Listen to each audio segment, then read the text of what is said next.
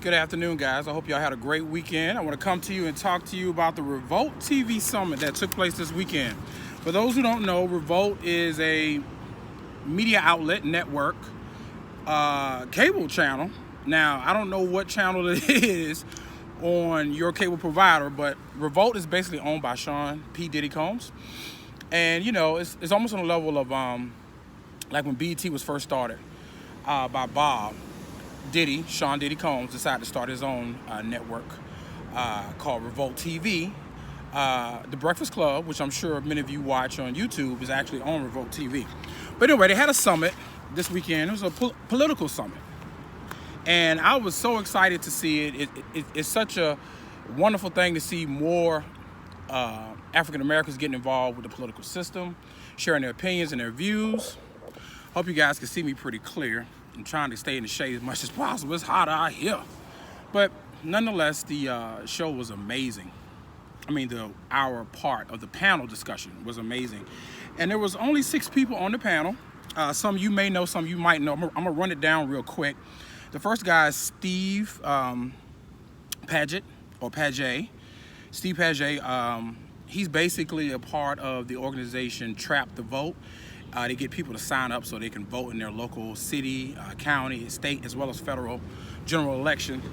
And his views, well, his agenda for the panel that day, this past weekend, was for climate change and basically automation. I may have mentioned this to you guys before, but basically Steve brought up a good point. You know, within the next 5 to 10 years, a lot of the common jobs that people work, to give an example, like truck driving, and even as far as cashiers, maybe call centers, are going to go towards a AI format or automated technology format.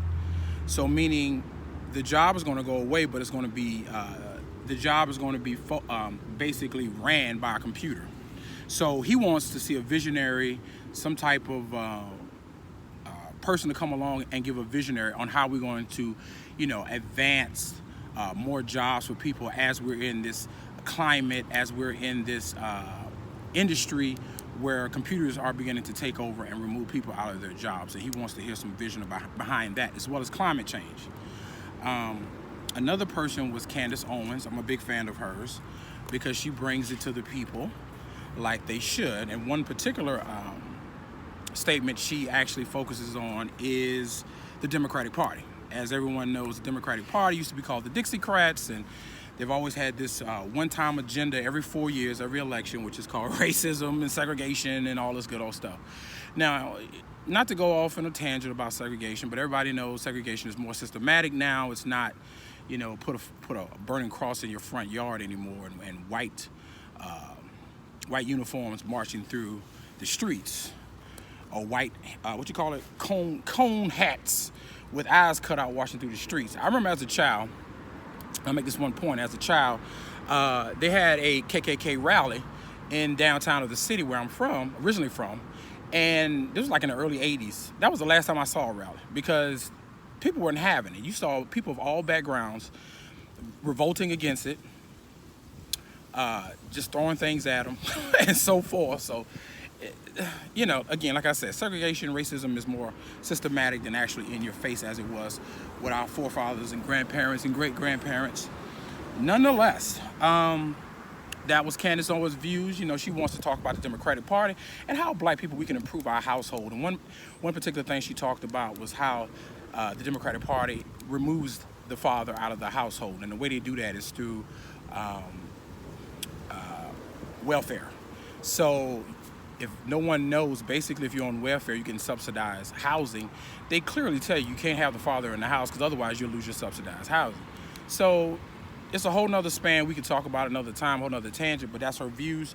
She wants to talk about how the Democratic Party has affected the African American community for the past 30 years and how we can do something different going forward by looking for different candidates that are out for our best interests. The next person was Tip Harris, T.I. I get that T.I. wants to be more of a political figure. You know, once music is ran out and I guess doing movies gets boring, you want to be more of a political figure, which is fine. Every head, every count, every person, every voice is needed.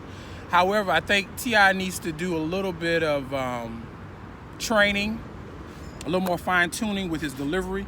I know, because I've been there before. And you know, you can be passionate about situations and talk about certain political situations and just be very passionate, but you have to refrain from using the F-bombs and MFs and all that good old stuff when you're trying to explain yourself, because otherwise people won't take you seriously. But it also, it will make a conversation that's supposed to be a conversation or discussion escalate into something that we all don't want to see. Killer Mike. Whoever don't know who Killer Mike is, Killer Mike was a part of Dungeon Family, still is part of Dungeon Family. Dungeon Family is Outkast, Big Boy, Andre 3000. He was a very strong rapper in his time, which was a couple of years ago, but now he's more of a political activist. He is very aligned with Bernie Sanders and his socialism policies. But one thing Mike definitely stresses is that black people need to be a part of the economic landscape in this country more, meaning that we should be more of sellers instead of buyers. We're a very talented group of people, so you know, we can sell anything. We can sell ice to an Eskimo. But basically, black people being more self-reliant and not depending on someone in the White House or someone in government to take care of us, but us to basically go to any candidate that's running for office, whether it's city, state, or federal, and basically give them a 10-point guideline of what we want as a race of people. And I thought it was a great point. You know, we should, as a race of people, have a 10-point plan of what we want our community to have and what we feel like is best for our community. Killer Mike, he went back and forth. You know, him and T.I. was doing their thing, I guess because they felt comfortable with the audience they had. The audience was a certain crowd and they felt the need to use certain language and certain things. I'm sure they're totally different if they go to any other outlets. But basically, Mike just wants, wants to talk about in a discussion about how we can empower ourselves as better people. Katrina Pearson, she used to be a advocate, still is a advocate for the Donald Trump administration, as well as during the 2016 election, she was a Donald Trump advocate for his candidacy to president. Black woman, smart, intelligent. She's basically there for black mothers and how our government, as well as the government, as well as the United States, is offering our young children. What are they offering our young children as they are growing up into this world? You know, is it education? Is it the best police security possible in your neighborhoods? Opportunities such as careers, to where you don't have to go to college, but you can actually get a trade or certification in something and move on in your life and be successful. But she basically was there for the black mothers. Tamika Mallory, she's an activist. She was a part of de Blasio, which is the mayor of New York, transitioning team in 2014. She's an activist. She just want to remove white supremacy and fascism out of the White House. So these were the 6 people that were on the panel. Everyone had great opinions, great points. I loved everything about it. I will put the link to the actual panel discussion at the bottom of the video. You guys tell me what you think in the comments. But just to summarize it, there were a lot of, zingers, I like to call it. T.I. basically asked Candace Owens, what is the main thing that Donald Trump is kind of emphasizing when he says make America great again. And she kind of froze up and got a little flustered because she had not only the panel coming after her, but she also had the audience coming after her. So she really couldn't fully explain what does make America great again. If I had to basically give a synopsis of what it means, it means that when the country was in a better position as far as economically, when inner cities were not as run down as they are right now, and less crime and so on. I know some of you out here will probably disagree and think it means white supremacy and all that stuff like that, but that's a Democratic talking point. But you can have it whatever you want. But in actuality, if you see right now, because Donald Trump's been in office for 3 years, you can see what his agenda is as far as the economy goes. But not to go off on a deep tangent, T.I. got into it with Candace.